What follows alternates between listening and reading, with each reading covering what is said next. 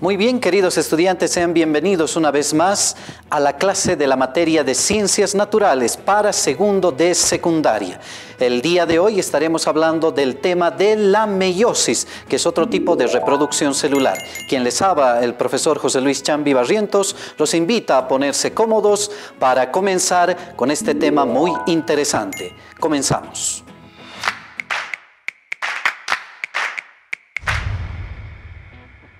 Muy bien, estimados estudiantes, vamos a comenzar viendo el tema de la reproducción celular en una segunda parte donde hablaremos el día de hoy sobre la meiosis. Así que lo primero que vamos a hacer es recordar un poco sobre lo que hemos hablado en la anterior clase. Estuvimos hablando sobre los procesos de reproducción celular y para recordar habíamos dicho que la reproducción celular es el proceso por el cual a partir de una célula inicial que se llama célula madre se originan dos nuevas células llamadas células hijas.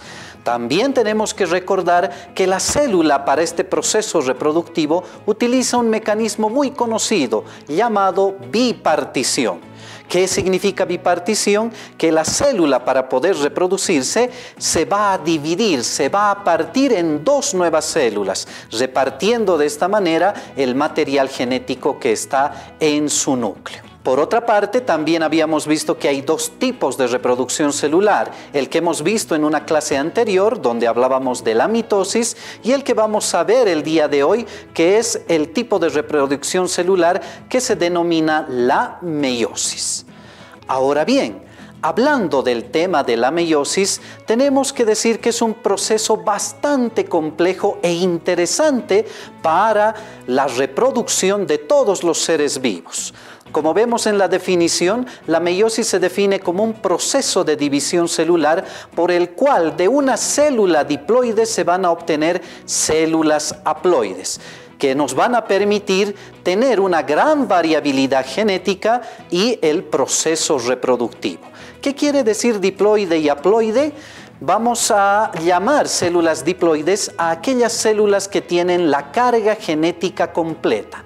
Las células haploides van a ser aquellas células que solo tienen la mitad de la carga genética.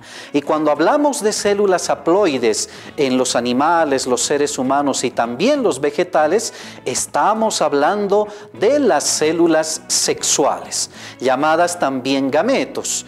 Y las células sexuales más conocidas por nosotros son los óvulos, que es el gameto sexual femenino, y los espermatozoides, que es el gameto sexual masculino. A partir de estas dos nuevas células y la unión que éstas van a tener en un proceso que se denomina la fecundación, van a completar su carga genética y a partir de completar la carga genética se va a iniciar la formación de un nuevo organismo vivo.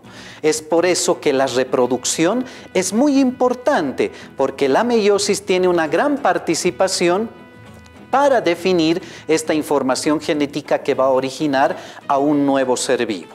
Lo que estamos viendo en sus pantallas, la mamá en el óvulo aporta con 23 cromosomas en el caso de los seres humanos, el papá en el espermatozoide también va a aportar con 23 cromosomas. Y en el momento en que estas dos células se encuentren, el óvulo y el espermatozoide, se va a formar una nueva célula. Esta nueva célula se denomina huevo o cigoto. Y obviamente, al juntar los 23 cromosomas de la mamá y los 23 cromosomas del papá, tendremos una célula con 46 cromosomas.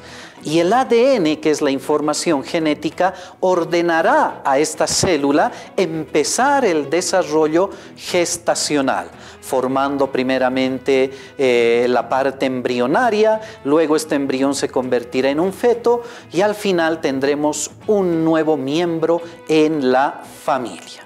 Ahora bien, cuando hablamos de las fases de la meiosis, vamos a ver que hay dos grandes etapas muy bien diferenciadas, la meiosis 1 y la meiosis 2. La meiosis 1 también se denomina etapa reduccional. La meiosis 2 va a recibir el nombre de etapa ecuacional. Por lo tanto, pongamos atención a esta explicación para entender un poco mejor de qué se trata cada una de estas etapas. Cuando hablamos de la meiosis 1, estamos hablando de una primera división celular, ya que la meiosis tiene dos divisiones celulares. En la meiosis 1 se da la primera división celular, también se van a cumplir los 4 procesos o las 4 etapas que hemos visto en la clase anterior: la profase, metafase, anafase y telofase, con una diferencia muy especial, que en la parte de la profase, cuando se habla de la meiosis, existe un tratamiento muy complejo del material genético que incluye subpasos o subetapas dentro de la profase. Es así que, como ven en su pantalla, la profase en la meiosis 1 va a ser mucho más larga, que se va a iniciar con una subetapa que se denomina el leptonema. En esta etapa, el material genético, que como pueden ver en sus pantallas, inicia con una célula que tiene 4 cromosomas, va a empezar a duplicar su material genético. Una vez que se da esta duplicación dentro de la etapa del leptonema, ingresa a una segunda subetapa, que se conoce con el nombre de cigonema. En esta nueva etapa del cigonema, los cromosomas homólogos, vale decir, los cromosomas que son de la misma forma, el mismo tamaño, se van a juntar, se van a unir. A ese proceso se denomina cigonema. Posteriormente se ingresa a una tercera etapa dentro de la profase que se llama el paquinema.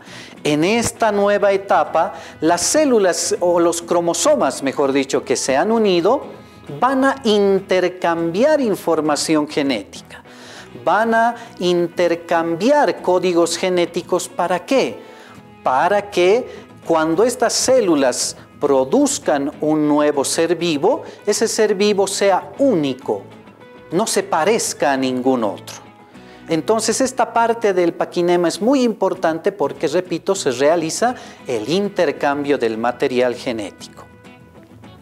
Y una vez realizado este intercambio de material genético, los cromosomas van a entrar a las 2 últimas etapas de la profase 1, la parte del diplonema y la diacinesis, que es la etapa donde ya los cromosomas se separan para empezar a dividirse en 2 nuevas células, donde se van a cumplir las siguientes etapas de la división celular: la metafase, donde se alinean al centro de la célula los cromosomas; la anafase, donde la mitad de esos cromosomas se irán a cada una de las células hijas; y la telofase cerrará esta primera etapa dividiendo a las 2 primeras células. Posteriormente a esta primera división, ingresamos a la segunda etapa, que es la meiosis 2, donde se produce una nueva división, donde se va a producir las mismas 4 etapas que hemos visto anteriormente. La profase, donde el núcleo de las 2 nuevas células que se han dividido inicialmente desaparece, los cromosomas se hacen más visibles. Luego ingresarán a la etapa de la metafase, donde los cromosomas se alinearán al centro de la célula. Luego pasarán a la anafase para que la mitad de estos cromosomas vaya a las nuevas células hijas. Y por último, la telofase. Y algo muy interesante que tenemos que darnos cuenta en la meiosis, a diferencia de la mitosis, es la cantidad de células que se obtienen después de cada proceso reproductivo. Si recordamos, en la mitosis de una sola célula obteníamos 2 nuevas células hijas. En cambio, en la meiosis, ya que existen 2 procesos de división consecutivo, de una sola célula vamos a obtener 4 células hijas con la mitad del material genético. Eso hace posible que los gametos sexuales destinados al proceso de reproducción puedan originar nuevos seres vivos, únicos y variados. Aquí estamos viendo algo que es interesante tener que saber y conocer. Cuando hablamos de la meiosis, estamos hablando del proceso de formación de células sexuales. Y uno de esos procesos se conoce como la ovogénesis, que es la formación de óvulos que se producen dentro de los órganos sexuales femeninos, dentro de las glándulas sexuales femeninas llamadas los ovarios. Estos ovarios van a producir un óvulo cada 28 a 30 días.